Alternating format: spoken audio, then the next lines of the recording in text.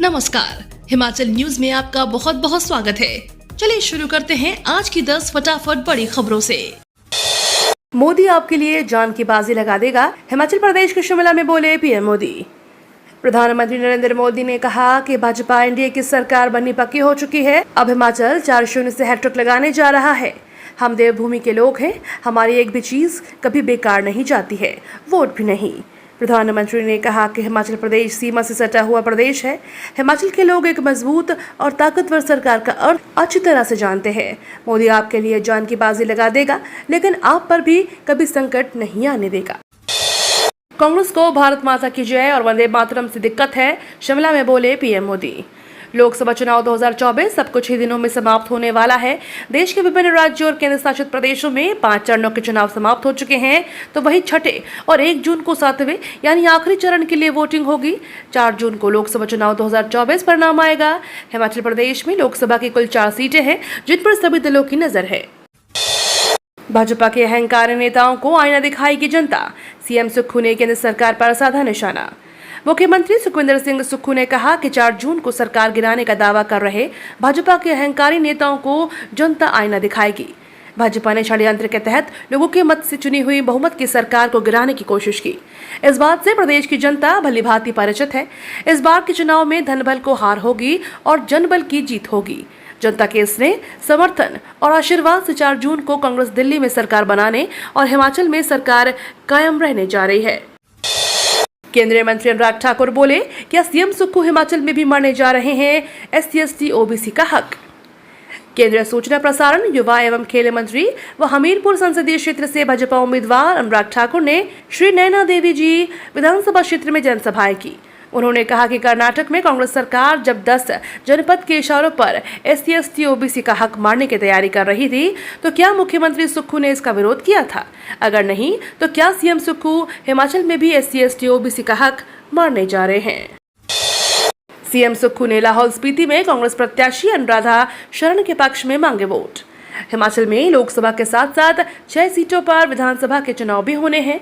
इसे लेकर कांग्रेस और बीजेपी दोनों पार्टियां कमर कस चुकी हैं। इस बार निर्दलीय प्रत्याशी डॉक्टर रामलाल मारकंडे के आने से यहां का चुनाव त्रिकोणीय हो गया है। कांग्रेस ने यहां से अनुराधा शरण को प्रत्याशी बनाया है। इसी बाबत मुख्यमंत्री चुनावी सभा को संबोधित करने के लिए लाहौल स्पीति स्थित उदयपुर पहुंचे। यहाँ उन्होंने कांग्रेस उम्मीदवार अनुराधा शरण के पक्ष में लोगों से वोट मांगे। हिमाचल में अनुराग ठाकुर का सुक्खू पर हमला। केंद्रीय मंत्री एवं हमीरपुर से बीजेपी प्रत्याशी अनुराग ठाकुर ने कांग्रेस और हिमाचल के मुख्यमंत्री सुखविंदर सिंह सुक्खू पर बड़ा जुबानी हमला बोला।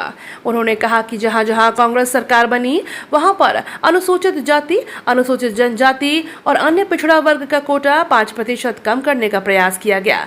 अनुराग ठाकुर ने कहा कि जिस तरह कांग्रेस ने अम्बेडकर को प्रताड़ित किया और राजनीति से बाहर किया, क्या उसी तरह देश के दलितों पर कांग्रेस प्रहार करने जा रही है। हिमाचल प्रदेश के जिले में 25 मई तक बंद रहेंगे स्कूल। देश के हर कोने में गर्मी का सितम जारी है। ऐसे में कई हिस्सों में स्कूलों को बंद कर दिया गया है। इतनी भीषण गर्मी के मद्देनजर हिमाचल प्रदेश के ऊना जिले में सभी प्री प्राइमरी और प्राइमरी स्कूलों को 25 मई तक बंद करने के आदेश जारी हो गए हैं। इस संबंध में एक आधिकारिक सूचना जारी हुई है। अधिकारियों के अनुसार भीषण गर्मी के कारण यहां सभी सरकारी और निजी प्राइमरी और प्री प्राइमरी स्कूलों को 25 मई तक बंद कर दिया गया है। पर्यटकों के लिए खुला रोहतांग दर्रा। देसी विदेशी पर्यटकों को पहली पसंद रोहतांग दर्रा बहाल हो गया है। रोहतांग के लिए पर्यटकों की आवाजाही शुरू हो चुकी है। दर्रे तक बर्फ हटाने के कार्य में सीमा सड़क संगठन को कई मुश्किलों का सामना करना पड़ा। अब रोमांच का सफर शुरू हो गया। 55 फुट ऊंची बर्फ की दीवारों से होकर वाहन रोहतांग की ओर निकले तो पर्यटक झूम उठे। रोहतांग दर्रा में भी 15 फुट से अधिक बर्फ की मोटी परत जमी है। हिमाचल में पीएम मोदी के आरोपों पर कांग्रेस ने किया पलटवार। कहा, आपदा में पीएम ने किया सौतेला व्यवहार। प्रधानमंत्री नरेंद्र मोदी ने हिमाचल प्रदेश में 2 चुनावी रैलियां की, जिसमें मोदी ने कांग्रेस पर जमकर निशाना साधा है। नरेंद्र मोदी की चुनावी हमले के बाद शिमला में AICC महासचिव KC वेणुगोपाल और प्रदेश कांग्रेस प्रभारी राजीव शुक्ला ने पलटवार किया। कांग्रेस के दोनों नेताओं ने कांग्रेस मुख्यालय राजीव भवन शिमला में प्रेस कॉन्फ्रेंस कर कहा कि देश में इंडिया अलायंस की सरकार बनने जा रही है। KC वेणुगोपाल ने कहा कि इंडिया अलायंस चुनाव जीतेगी, इस बात की जानकारी पीएम को भी है। चंडीगढ़ में भी नया हिमाचल भवन। राजधानी क्षेत्र दिल्ली की तरह अब चंडीगढ़ में भी नया हिमाचल भवन बनेगा। राज्य सरकार ने इसके लिए प्रधान सचिव कार्मिक विभाग डॉक्टर अमनदीप गर्ग की अध्यक्षता में कमेटी का गठन किया है। इसमें सामान्य प्रशासन विभाग के अधिकारी भी है। चुनाव आचार संहिता के बाद यह कमेटी जमीन फाइनल करेगी। अब तक करीब 3 लोकेशन इस कमेटी के ध्यान में हैं। चंडीगढ़ सिटी में यदि जमीन नहीं मिली तो फिर सिटी से बाहर जमीन की तलाश की जाएगी। न्यूनतम गारंटी कोटे से अधिक शराब उठाने की मांग पर रोक। देश हाईकोर्ट ने न्यूनतम गारंटी कोर्ट से अधिक शराब उठाने की मांग करने पर रोक लगा दी है। कोर्ट ने आबकारी और काराधन विभाग को आदेश जारी कर दिए हैं कि प्रार्थी मेजर्स नरेंद्र कुमार और मीरा कुमार को न्यूनतम गारंटी कोटे से अधिक शराब उठाने के लिए बाध्य न करें। शराब के खुदरा कारोबारी प्रार्थी के अनुसार शराब के ठेके की नीलामी पूरी होने के बाद सरकार ने न्यूनतम गारंटी कोटे के तहत उठाई जाने वाली शराब की मात्रा बढ़ाई है। अटल टनल के पूरे हिमाचल के दर्शन कर सकेंगे सैलानी। अटल टनल रोहतांग आने वाले पर्यटकों को अब वर्चुअल हिमाचल दर्शन होंगे। राज्य का पर्यटन विभाग यह नया प्रयोग करने जा रहा है। विभाग ने इसके लिए एक स्पेशल इलेक्ट्रिक बस तैयार करवाई है। बस बनकर तैयार है और प्रधान सचिव पर्यटन देवेश कुमार ने इसका निरीक्षण कर लिया है। इसके रजिस्ट्रेशन संबंधी औपचारिकताएं पूरी करने के बाद प्रारंभिक तौर पर इसे सोलंग नाला से सिस्सू के बीच चलाया जाएगा। हिमाचल में अब डिपार्टमेंटल एग्जाम देने वाले करवा सकेंगे रीएवैल्यूएशन। हिमाचल में विभागीय परीक्षा देने वाले कर्मचारियों के लिए एक राहत की बात है। हाई कोर्ट ने हिमाचल प्रदेश विभागीय परीक्षा नियम 1997 के तहत आंसर शीट यानी उत्तर पुस्तिका के रीएवैल्यूएशन से जुड़ी पात्रता शर्त को गैर कानूनी ठहराया है।